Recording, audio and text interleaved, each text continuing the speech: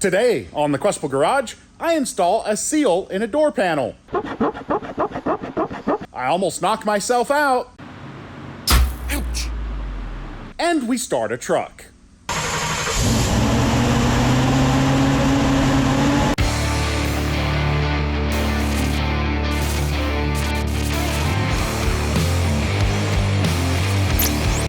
Hello and welcome to the shop. I'm Jared and this is the Questable Garage. And that sitting behind me is a 1986 Chevy C10 square body Paw-Paw's truck. In the last episode of our one episode series, we got to taking a look at a few things on this truck. It was visiting a neighbor's shop where they were doing some custom bodywork repairs, keeping the cool patina look, and starting it down its path of finally getting finished. Now, to address a couple things. The title of the video and the thumbnail. I mentioned $15,000 when I said the intros. I said $1,500. And then came along the mechanic that was gonna save the day. And by save the day, I mean rip him off to the tune of $1,500 just in labor. If you don't know what I'm referring to, the gentleman, Kevin, handed someone $15,000 and a bunch of parts. A crate engine, a rebuilt transmission, and boxes of parts to assemble the truck. That was just labor. When I first was talking with him and he said $15,000, I assumed $1,500 because $15,000 didn't quite seem right in my head, especially given the type of work we found. There's just basically nothing's right. But no, it was indeed a $15,000. That's not a YouTube clickbait thing. So, what are we doing now? Well, we got started pulling the carburetor off and putting a Holley Sniper 2 on it. Yes, we could have made a carburetor work. That one just needed a lot of work. TBI, fuel injection is just the way to go. But we've got to build a whole truck. We've got to get it running. We've got to get climate control working, heater working, wiring done. It is a little bit of a mess, and there's no interior in it. So, today, we're gonna get started on an interior.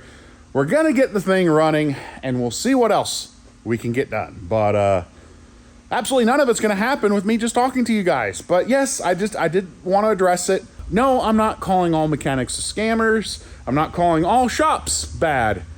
But the guy who did this to the family, trying to save their Paw-Paw's truck and keep a family heirloom going, you are a crook. And if you're any decent of a person, you'd maybe, give a little bit of that money back. I know you did some work, not good work, but you did do some. But you should probably, refund, be honorable. But we know you're not going to. But you know what we're going to do? We're going to get to work. We're going to make this thing run maybe even a little bit better than it looks. I love the look. I'm a patina guy, but let's get that heartbeat going. Why did I change clothes? It's time to tell you about today's sponsor, Averon. That's right, we're going to talk about Averon today and their entire line of gamified home workout equipment. Now, I'm sure you guys have kind of been able to tell, I've put on a few pounds, and it's not for lack of having a gym membership. In fact, I've had one for quite a few years and used it to get in some pretty good shape, where I was able to run a couple Spartans and carry a pretty quick pace. Problem is, life happens. Your schedule doesn't allow you to get to a gym, and it's something you continue to pay for and don't really get to use. Did you know more than 30% of home workout equipment sits unused in less than a year? Well, Averon has fixed that. After a year, more than 83% of customers are still using the equipment, and it comes down to one thing: making workouts fun. Now that's where Averon really comes in clutch. They have gamified all of their equipment. What does gamified mean? Well, it's about keeping you interested and active, wanting to come back to your exercise equipment. So with the gamified function, you have different games built in to your 22-inch touchscreen monitor. Makes it easy to see and makes it easy to play. Now, if group workouts and that accountability is something you're looking for, that's built into their software as well, along with trips around the world. From your very own living room or workshop, you're able to visit and tour different walking paths throughout the world. Also, something that's gonna work amazing when we get this thing back home, we don't have super tall ceilings. I'm a super tall guy.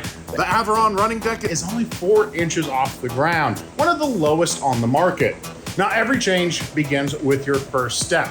And that's where Averon makes it incredibly easy. You don't have to run. Incline walking is incredibly healthy for you, and you're able to set up an incredibly steep incline and work at a slow pace to build your cardio health. So if you're ready to go ahead and take your first steps to a slightly healthier lifestyle, maybe join me in my transformation, scan the QR code on the screen, click the link down below in the description box and the pinned comment.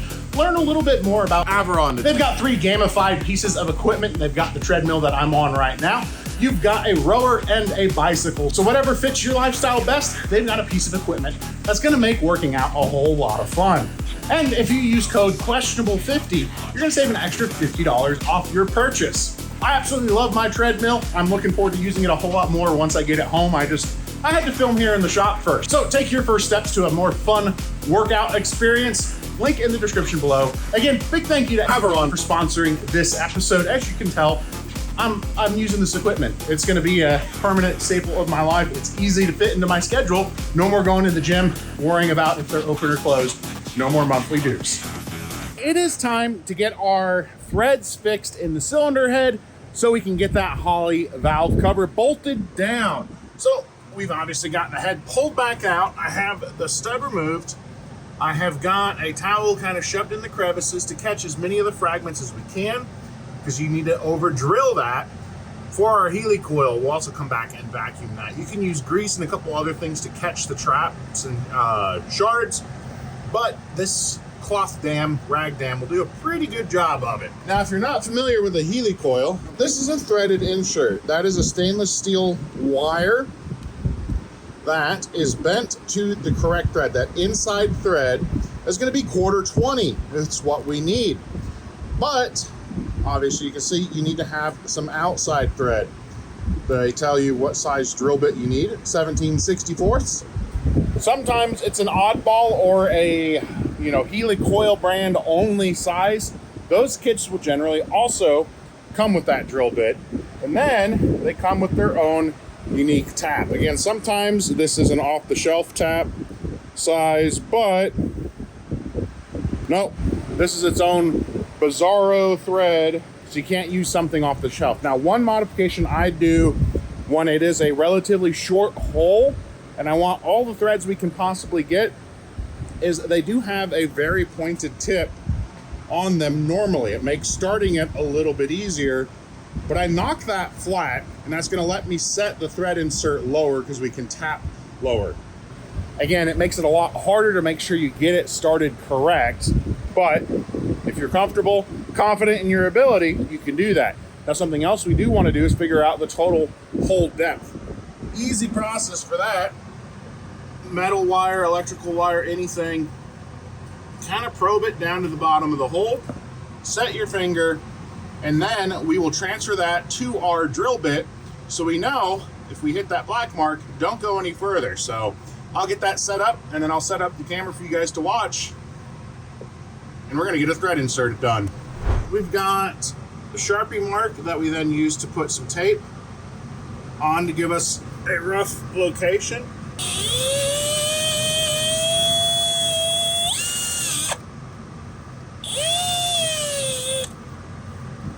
All right, so that's bottomed out. That's our hole. All right, round 1 done.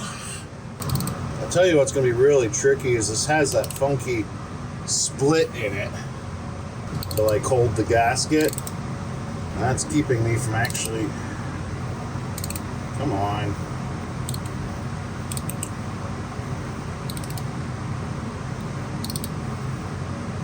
Maybe I should have left my tips on. This funky little stand for the gasket is creating problems for me. We'll have just enough for a thread insert if I can get her to work.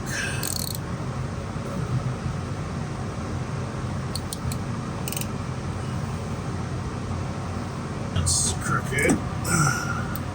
Man, I have never had Just so much problem with one bolt hole. What the heck? Nothing works.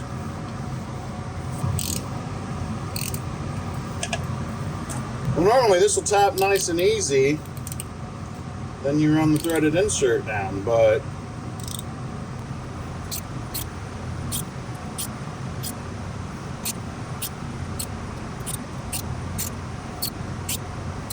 it makes me worried if the actual head somehow got cracked. They cracked that lock. I mean, it went down. I got some threads in there, but I don't feel confident. All right, next up, you have this tool. It's a threaded rod that you put your insert in on the end. You can lock tight, you cannot lock tight. I've seen instructions say both. Main thing is go gentle, make sure you feel it catch the thread, and run it till she bottoms out. Sometimes you have to stack these things. That's really not fun, but given that this is a valve cover bolt, okay, that's all the way down. Let's hope we thread this out no problem, and then we can finally thread in our stud and then bolt the valve cover down. Something that should have been so simple. Moment of truth.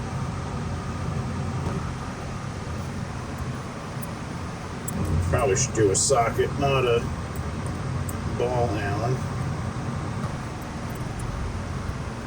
It's maybe 1 or 2 turns up, but it also maybe didn't seat quite all the way.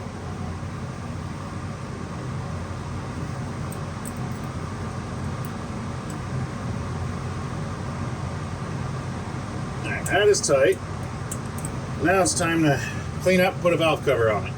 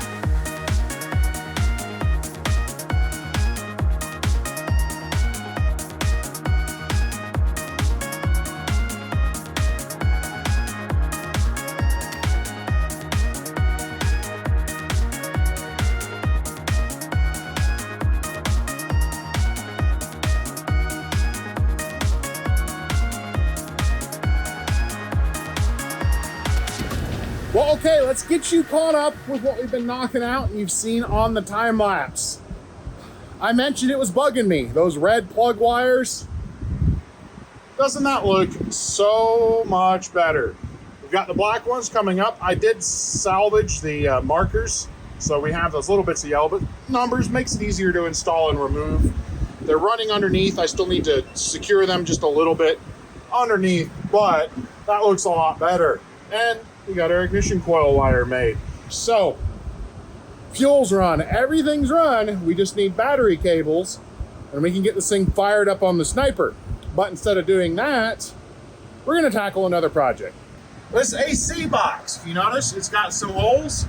And if this was just any other normal truck, slap some tape on it and keep on going and be all right. Given that, you know, this truck's a little bit more important than that. We've got that whole new reconditioned outer unit from the parts guy out of Florida, but it's fully refurbished, reconditioned, new parts ready to go on. But we got to get this one out. Also, I'm going to take a really good look at that heater core. The heater core goes out from the inside, AC parts and blower come out from the outside. I have no clue what it looks like in there. So we're going to get it apart. We might get a heater core. And all in all, This would be easier if the front clip was off, but given that Justin just did a great job aligning all of it, we'll work around. There's a couple screws kind of there. A little tricky to get, but let's get on it.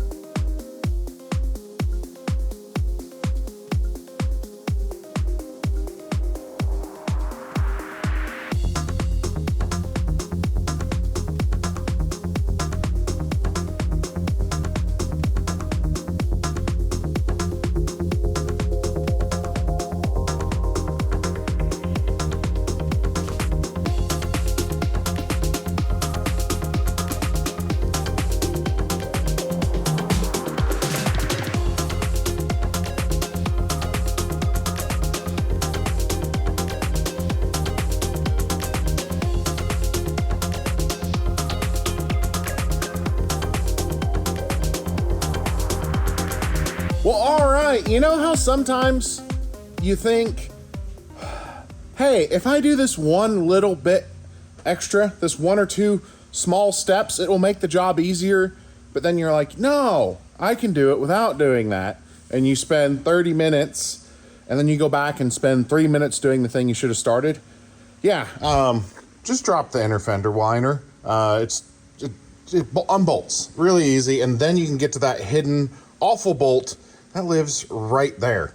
But we got that out. We've got to clean all of that up. We'll get it resealed, but not knowing the status of the heater core, I pulled all of that out.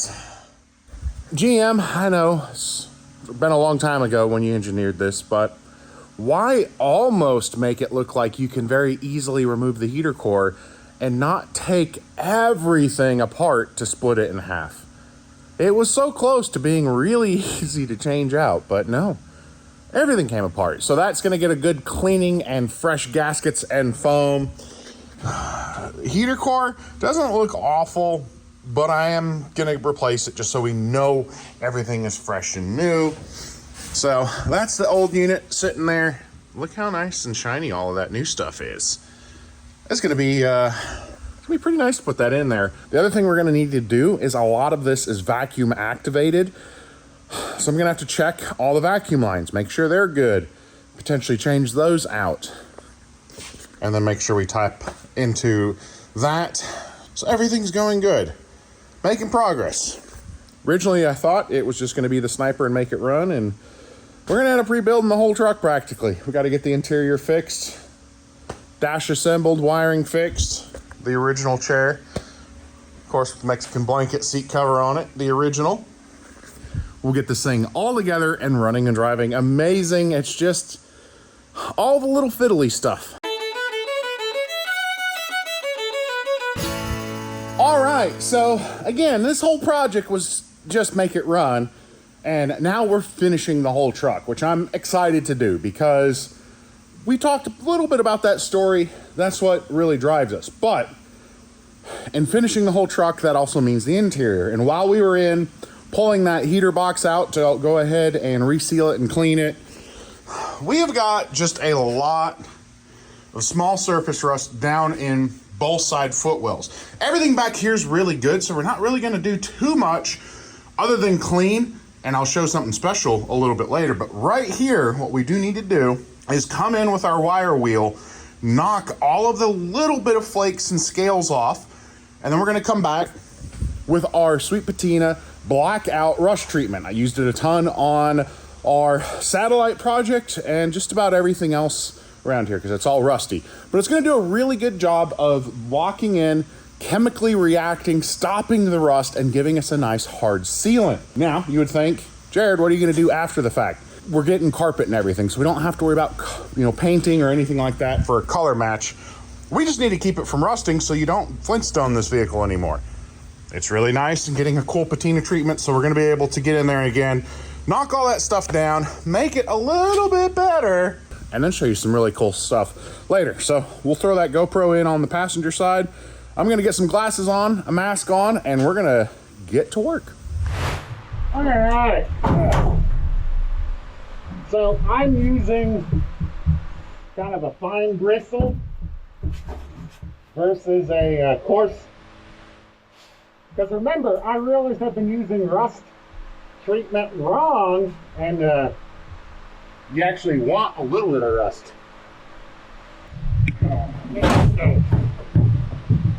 probably should have kept my blanket.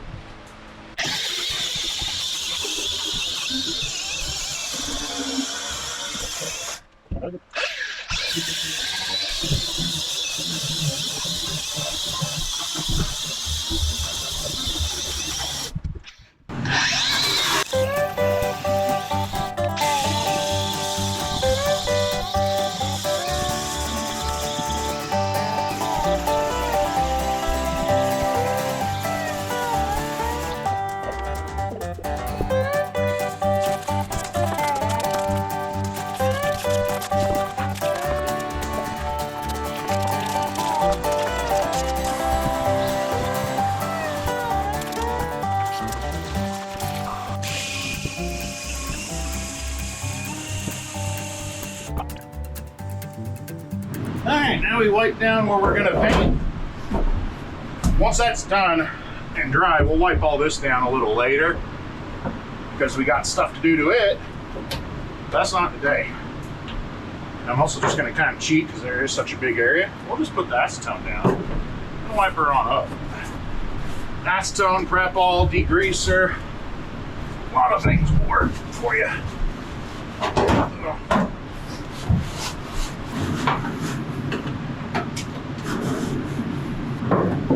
One thing I like about acetone is any little crevices you miss, it'll end up flashing off. Once I'm done through the inside, I'm gonna move you so I can get that crack a little better.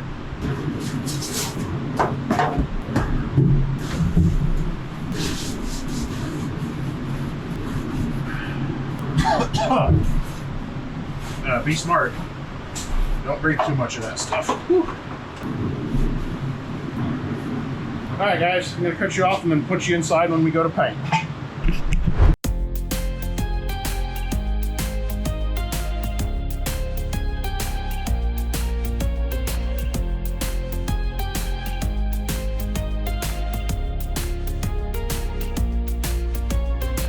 Well, there we go. It's obviously still very much drying, but we've got that blackout encapsulating all the rust, and we have a nice, smooth, kind of relative single color there. Still need to wipe all that down. But again, we need that to dry so we can move on to phase 2 of getting our floors and interior together. Never mind, it doesn't run yet, and we need to put the heater box in it. It was so disgusting on the ground, I wanted it clean on the interior, so I'm doing the interior work right now. I'm not gonna claim my brain makes sense, but we get it done. And look at that. After a night, we have got a nice hard coating, encapsulated rust. It's gonna keep that from getting any worse. So we're gonna move on to the next stage of the interior. I am not procrastinating putting the AC boxes back in it because I didn't want to, or I'm not 100% sure where all the hoses go. That's not it at all. I want something soft to sit on, so we're doing the interior. One thing you can do that's gonna drastically change how these trucks sound, drive, and feel is sound deadening. You get something to help absorb all this tinny sound.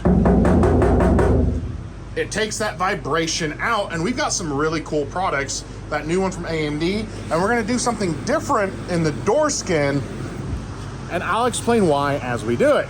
Now, anytime you're gonna work with one of the butyl or tar style sound deadening, this is the biggest tip, shortcut anyone's ever gonna give you. And I'm gonna take you out and show you what that is right now. There we go, restart the phone. All right, that trick is bake it in the sun. You wanna get this stuff outside in the sun so it becomes as easy to move and pliable as possible. Now, it's still gonna be, it's gonna be kind of hot to touch and work with. You can wear gloves if you want, if your, hands aren't completely calloused at this point. But it's just gonna make life a lot easier as you're trying to get this thing to conform and move to everything.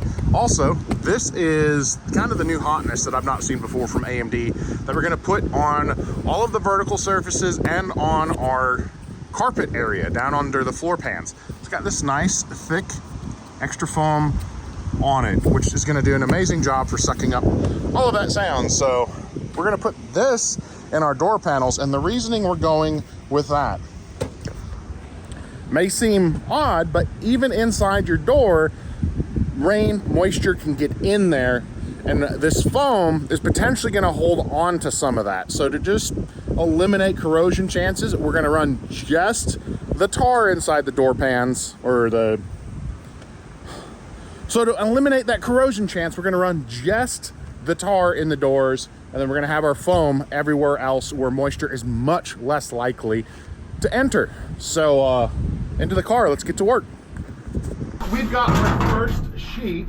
Now what I'm going to do, this is kind of visual above the seat, and I don't want to run this all the way up there. While this does look good, you know, we don't want to necessarily put it everywhere. So this will tuck in real nice and still do a really good job of absorbing that sound. I've wiped all of this down with isopropyl, or you can use Prep-All, anything to get most all of the junk off. One trick we're gonna have is trying to get it to drop into here, and you know, it's a process. You can use razors. Again, these scissors, I continue to abuse them, and they continue to just work really stinking good. So also kind of be careful. This stuff, especially when it's been in the sun, is super sticky. The moment you touch it, it's going to want to kind of start grabbing on.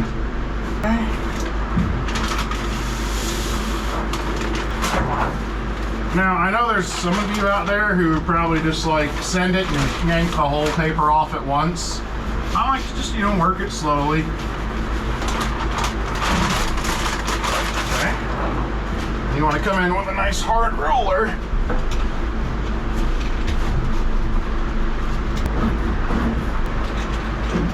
The more complete you can push this down, the better it's going to do for staying put long term.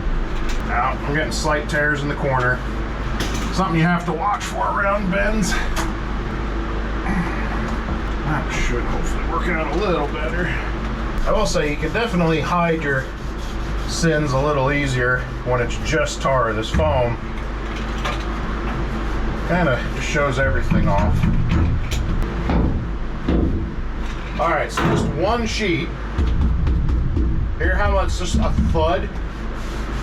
Whereas before it was that real obnoxious tinny sound.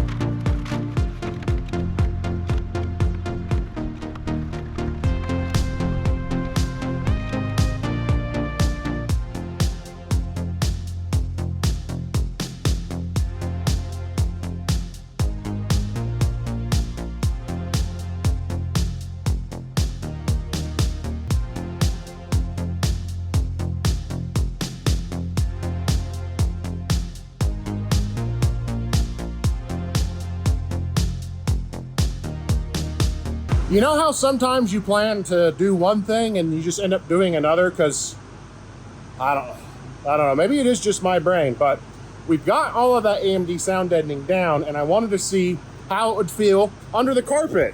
So now the carpet's kind of sitting in there, and it feels great. The little extra padding in the carpet plus that foam padding, that feels awesome. It's gonna wrap up just enough to where we have just our nice and smooth visible back there. We are gonna have to get a little steam machine so we can get that carpet to really fit good. Punch all our holes still, obviously, but it feels good kind of seeing an interior. Plus, when I go to lay in to do the wiring and climate control, it's not gonna be all on that rust and grossness that kept getting stuck on me. I have padding and carpet now to work on, which is nice. I'm still gonna put a blanket on top so we don't stain anything, although there really shouldn't be, but we're gonna save this truck. We'll see how far we can make it today. My goal is maybe doors all together and it making noise again. That'd be a really good spot. Let's see.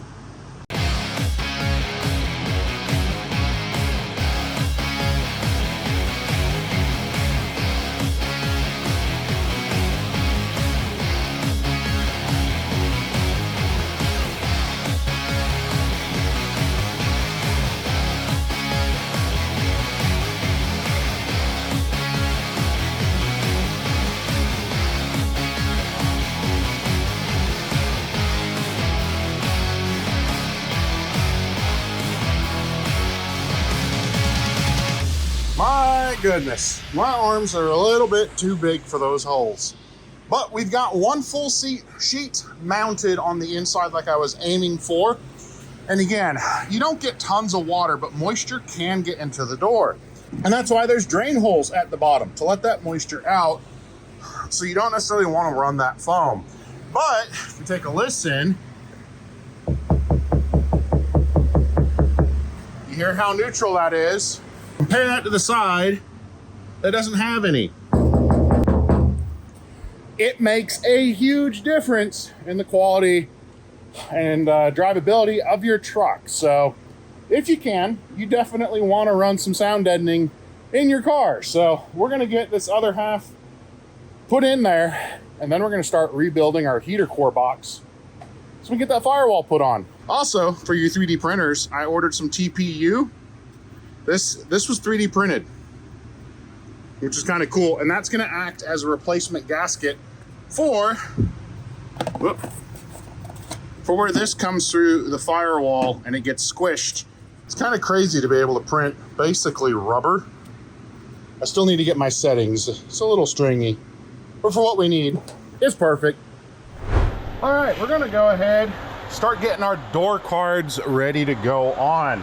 Now, one thing that these companies do a pretty stinking good job of, when you bought one of these trucks, there were 1,000,001 different ways they would come. Chrome strips, door pulls. Then on the back, power windows and locks, or the round one if you have manual crank windows. Do you have a chrome strip? Do you have a pull strap? So it has the different holes and shapes all pre-marked for you when it comes time to go ahead and get all of that mounted in. Plus they came with the hardware, which is kind of nice. So I am confirming, I think we're going with door straps, which I believe are these squares, that square, and this hole. And that's gonna give us a pull strap, waiting to confirm, but I do know we need to cut this circle out. I'm gonna start with just punching as much of the middle out as I can and then coming back, probably with a file. You can come back with a Dremel, anything to match that circle out. It's kind of nice working on something so incredibly well supported. So we got our pilot hole. Let me go grab something to cut that out with. A little cylinder die grinder bit, but we'll run it in our drill.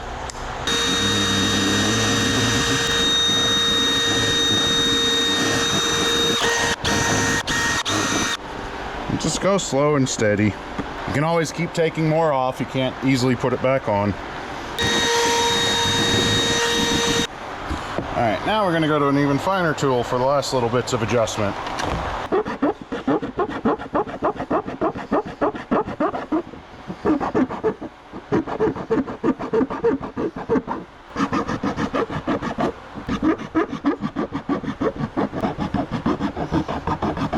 I have a love-hate relationship with filing. It's kind of a cool thing, like that final little fitment. Ta-da! We have a hole. Now let's try to figure out what clips go where. Everyone's favorite game show.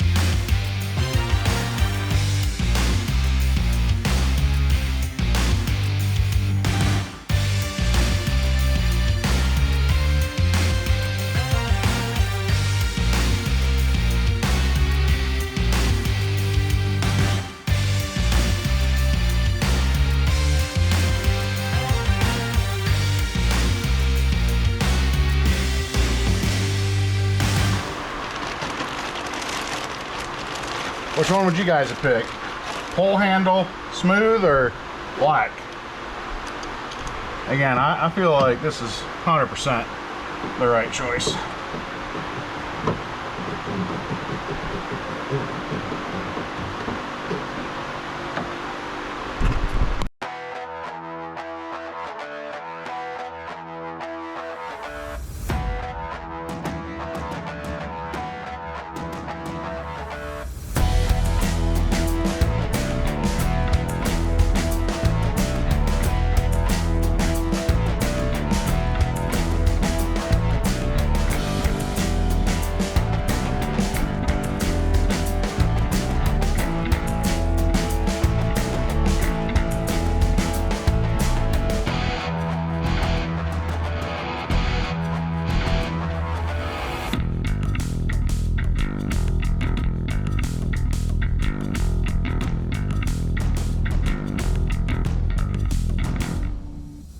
And there we go, fully sealed up, re-cleaned, gaskets ready to go in, so we can get this box put in, which means we'll be able to put that box on, inner fender up, and get that engine started.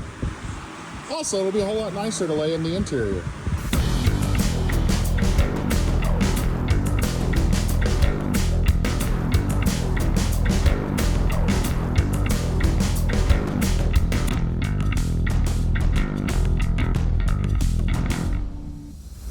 Look at that gasket. 3D printers are kind of fun, especially the fact that I now can print TPU. So we've got that cleaned up. The original way you put that on, you can see that awful texture. That airbox bolts on, and then you would just seam seal spray the outside.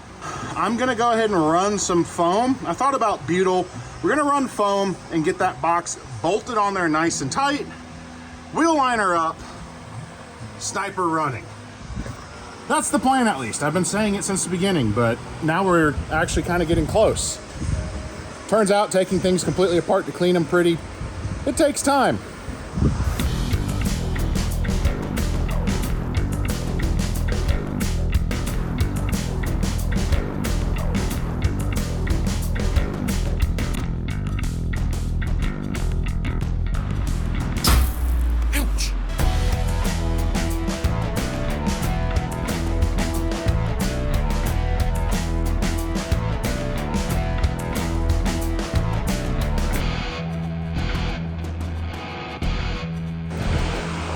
Well, all right, we've had one of those fun little time warps where a lot of stuff happened and it was just me getting it done. Honestly, there's only so many times you can see me crimp a wire, strip a wire, and it be interesting. Maybe I can start a second channel, Jared Crimps Wires, if you guys want to see more of it. But we have power connected. Now, I only had red 4 gauge. Designate with your heat shrink. Red for positive, black for negative. Climate control wiring shoved out of the way. Heater core cleaned up. Our new heater core looking great. Basically, everything is enough together we can power on and put a map in there. Now, I know some of you guys in the comments are kind of, talking trash. Geez, Jared, why can't you make it work on a carburetor? I could, but realistically, at the end of the day, the goals for the truck, EFI was a way better match. It's just he had so many people tell him EFI wasn't good, so he didn't do it. So, we're gonna key on. All right, we have some lights on. I think it's on. We might end up replacing this ignition switch. It was very kind of fidgety. All right, good. Our Sniper is on. We're gonna kind of go over just how easy these things are. So first, power up. Please run a calibration or a wizard. We're gonna run a wizard, Sniper, Sniper 2. We have 8 cylinders. We have it's easier to type. It's easier not looking through your camera while also doing this. 750 is a good idle speed. Street strip style cam, that actually comes from Blueprint engines to run street strip. We have no power adders. We are running Hyperspark. We'll change this later. We're just gonna say 20. Hey, I actually heard a fuel pump. All right, so key cycle time. No immediate fuel leaks. Just to show how easy these things can be to run. Let's power up. One take. All right, we're recording, see? We're gonna come in here. We do need a key cycle just to make sure everything is learned as well as possible.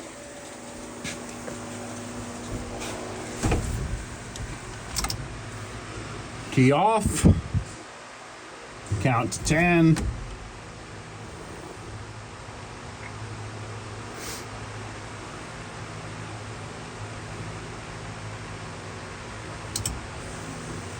Key back on.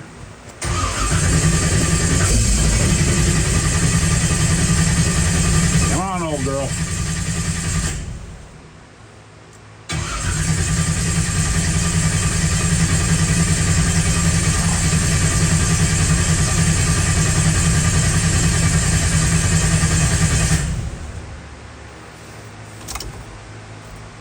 Key off. Did I select the wrong distributor? Here's the fuel pump prime.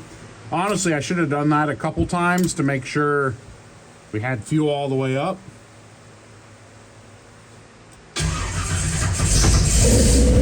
Oh, there we go. They work a lot better when you get fuel sent all the way to the front. Who would have thought, you know, it needs fuel to run, but off the hit, look how much better it's already running than that old carburetor.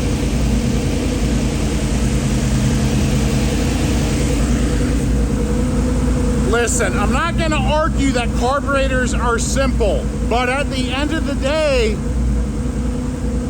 EFI works really, really good. You just have to set it up right, and it works all the time. Look at that. I'm getting excited for them, you know? It's not easy, but it's worthwhile to take this project in. Again, I had a lot. There's no shortage of things I needed to take care of, but I'm totally okay fitting this thing in. Well, all right. We got that first start yesterday. Now we're gonna try to get it dialed in a little bit, idling a little smoother. It's just a matter of getting it up to temperature, doing some adjustments on the actual throttle stops like you would with a carburetor, because basically when the engine's up to temperature, you wanna land it around 0 to 4% when you're at your lowest idle speed. What that's gonna let everything do is when you drop it into gear, it can then increase the RPM to manage everything going on with there.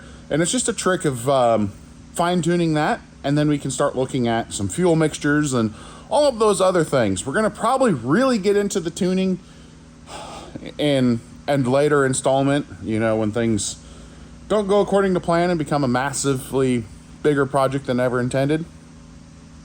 But I believe we should, in theory, fuel pump going. Now I did turn the throttle stop up a little bit. Come on.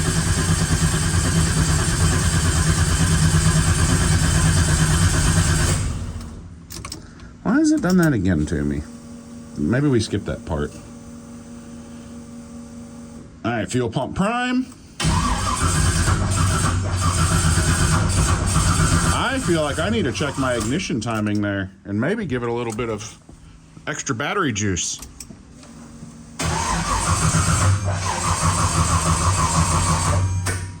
Yeah. Gotta love a red top. I don't know if that's a... timing's a smidge off. You do have to check that after you put it in, even with that little shroud. Or if that's just a low battery. So let's get some juice on it. All right, now we got a little bit of power in it. Let's see. We get a run and start looking at some of the settings, make her happy. Things work a lot better when they have electricity.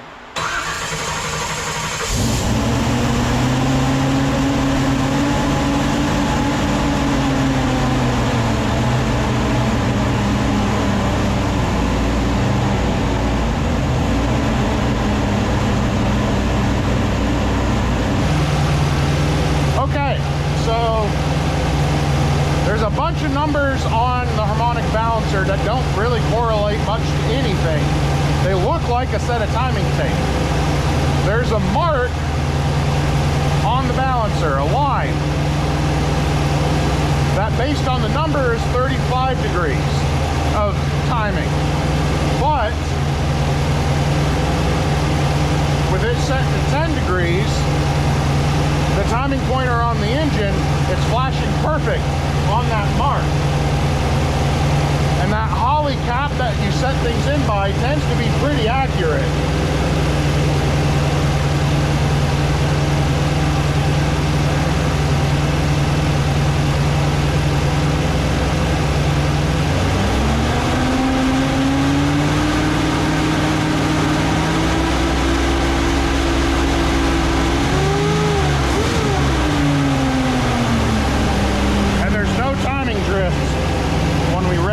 So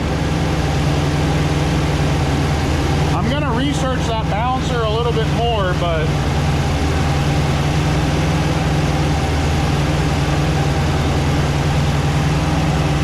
AFR's getting better, coolant's pretty stable.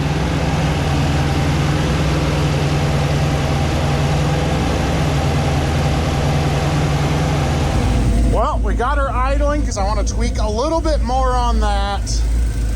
But we are looking very, very complete and so close to being able to get this thing back in the family's hands. But there's still a ton to do. If you've ever heard the phrase, the last 10% takes 90% of the time. We've got to go through and get all of the heater core or blower AC hoses back in place. Not 100% where they go, so we got to figure that out, get them cleaned up, get them mounted. We've got to fix all this underdash wiring. There's quite a bit in there that we need to go through, get figured out, get cleaned up and working. We need to get our gauges working. We need to glue our carpet down.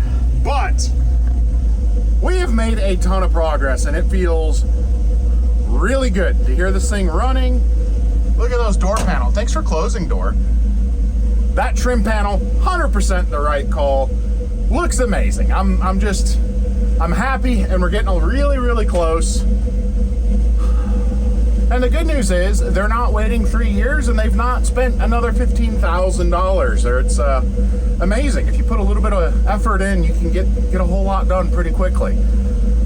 So that's gonna wrap it for today. Editor Dwayne needs the footage. We need to get this all put together and I have got to go pick up a few more parts. And then we're gonna get this thing done and have a really fun kind of finisher in episode 3 of our 1-episode series. That went over really well, huh? But we're gonna get Paw-Paw's truck up and running, finished, perfect, ready for the road. But listen to her.